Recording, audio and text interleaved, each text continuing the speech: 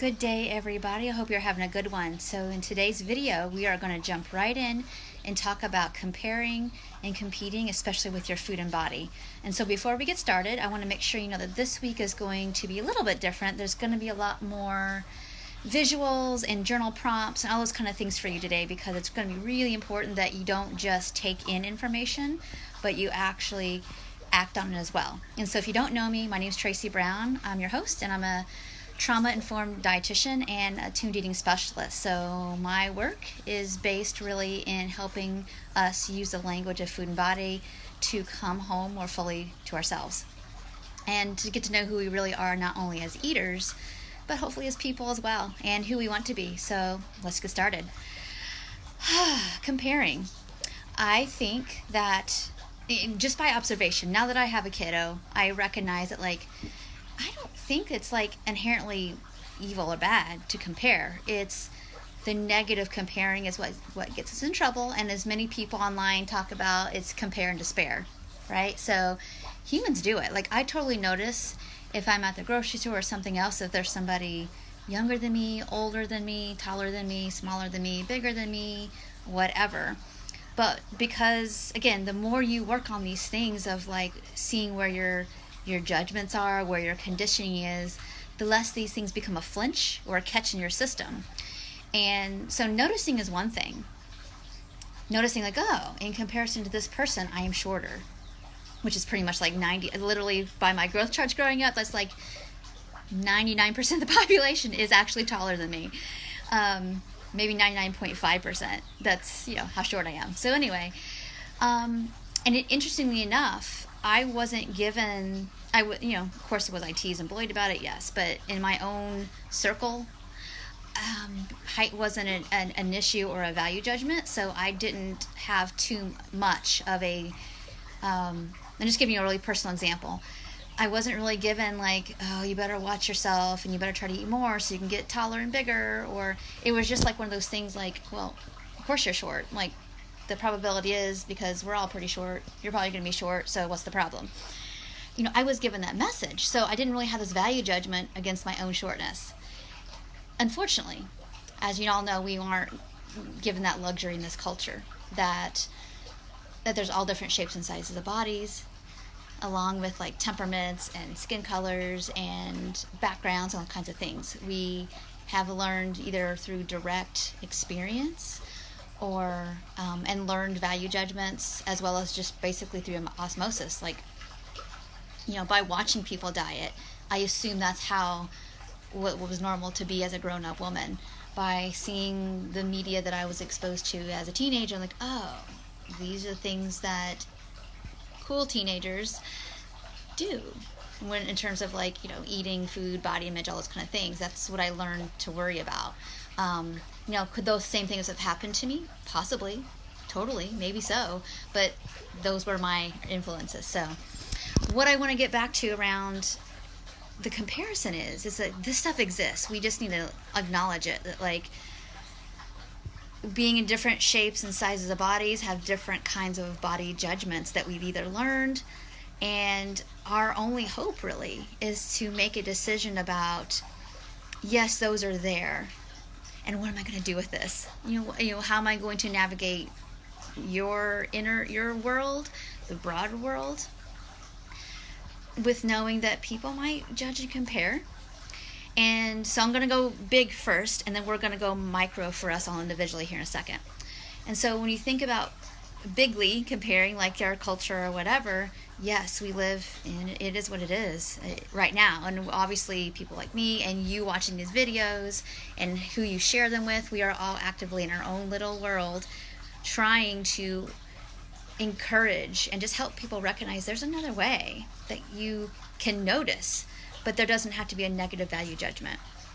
That's number one. You don't have to play that game.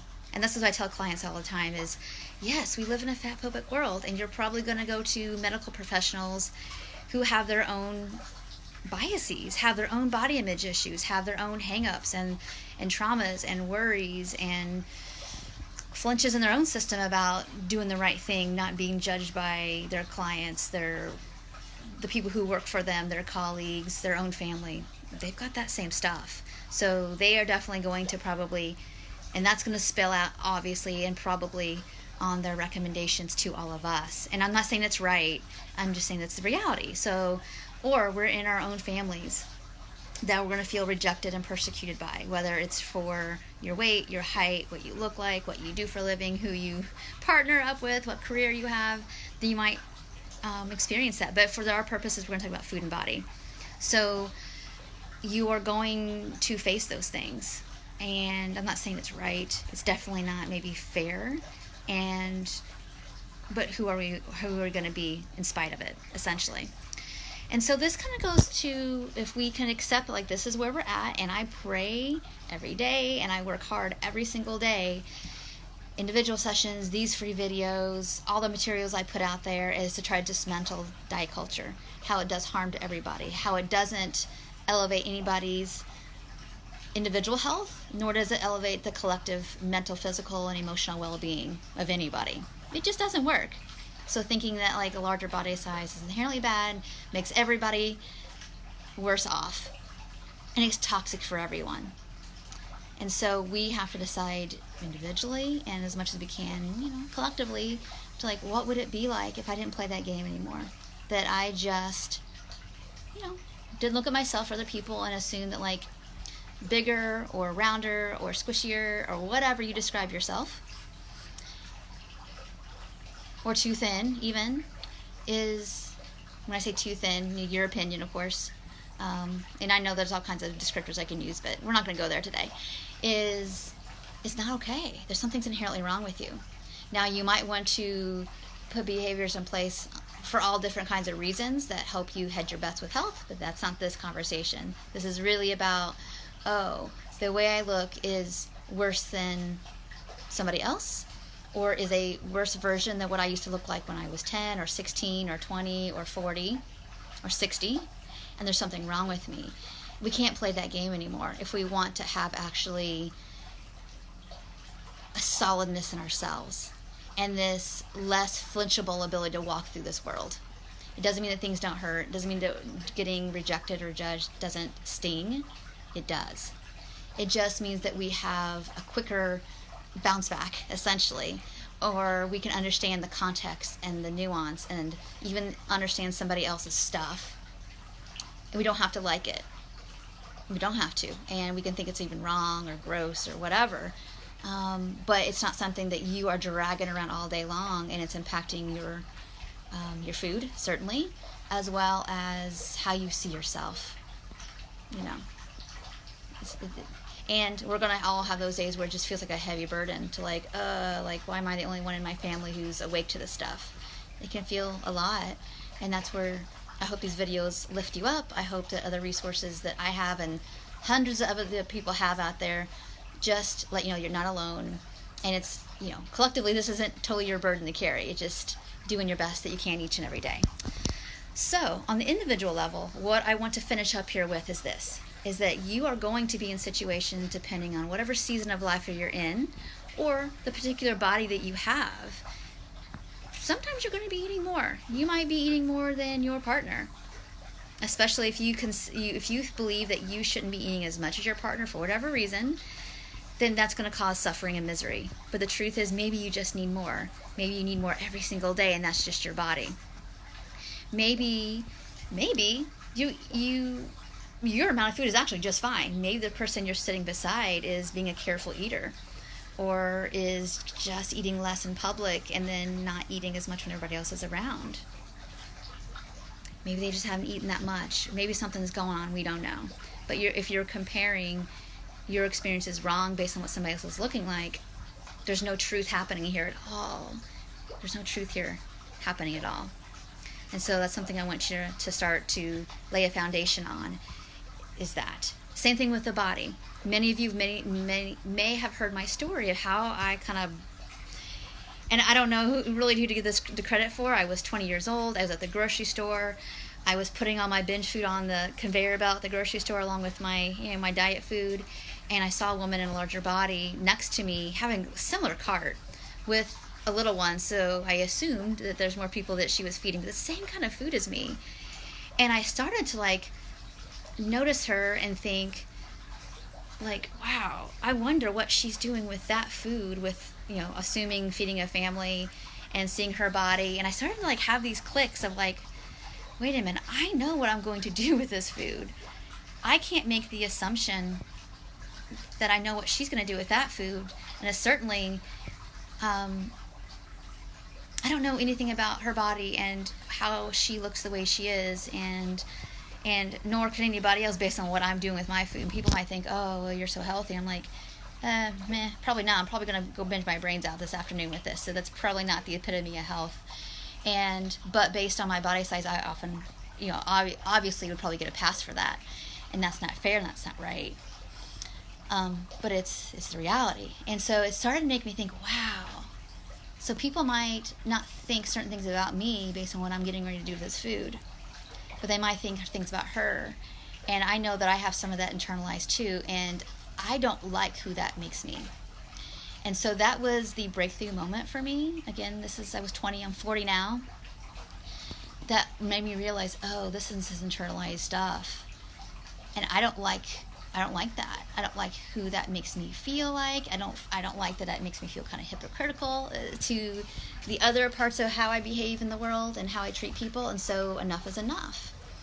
I got to start working on dismantling that. And what helped me back then, and maybe this will help you today, is recognizing that when we compare, and if it's a negative comparison, our job is to like, oh, I'm doing that thing where I'm thinking that arm, this leg, this butt, this belly is too much.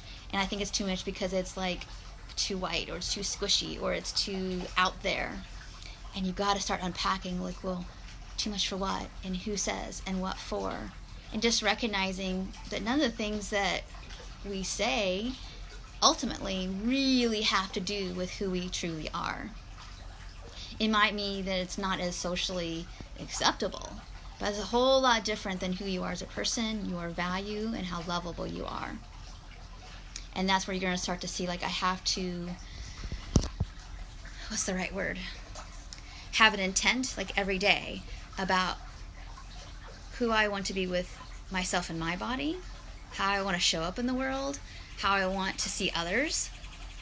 And this is just like a daily work. It's not like this magical epiphany I had that day. It was like, okay, every single day. And then whatever work you're going to put into this with body image or comparison, whether it's mirror work, where it's, you know, breaking things down like I just talked about, whether it's decoding like on a daily basis, whether it's just the truth. Like, yeah, my body isn't what it was 20 years ago, 5 years ago.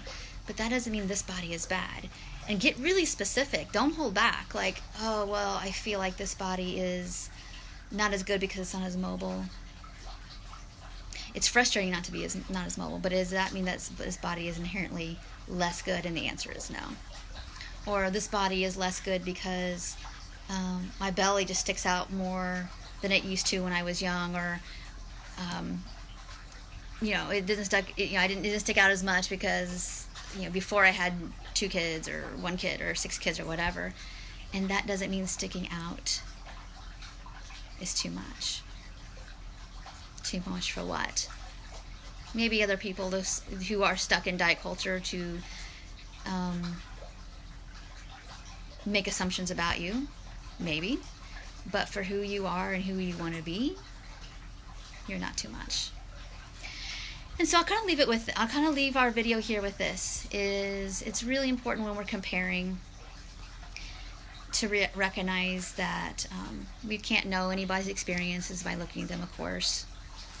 And that just because we have all grown up in the same culture, if you're in Western culture, around thinner is better and more everything, more better, essentially, more better, it doesn't mean it's true. And we kind of get to decide what kind of values we hold. And if we have woundings around them, that's our work to do, is to find support and recognize that even if we were hurt because of our body size, it doesn't mean they were right. It doesn't mean it's true. It just means it's really painful. And I hope that you can receive the care that so many people put out there, and hopefully you can allow yourself to take in the good around you that nourishes that neural pathways that you are good, whether it's just a smile from the grocery store person, or you know, enjoying nature. You're not having the ability to do that, to take in that goodness, is a part of what makes you good.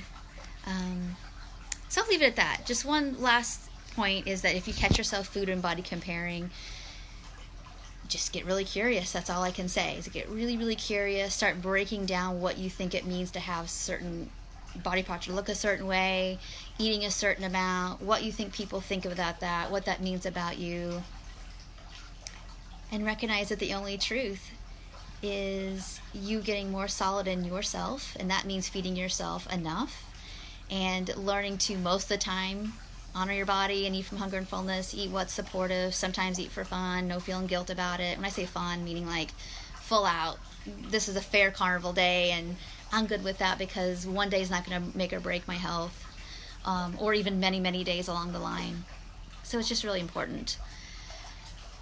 So I hope this video was helpful to you. I have so much more I want to say, but I don't want to make this video an hour long. And if you have any questions more about this, please tag me, message me. Be looking out for more of the resources that are going to be coming this week about how you can break this down more. And I encourage you to be around situations, people, places, things, resources that remind you of your goodness, and that you do have a good body. So I'll talk to you all real soon. Take care. Bye.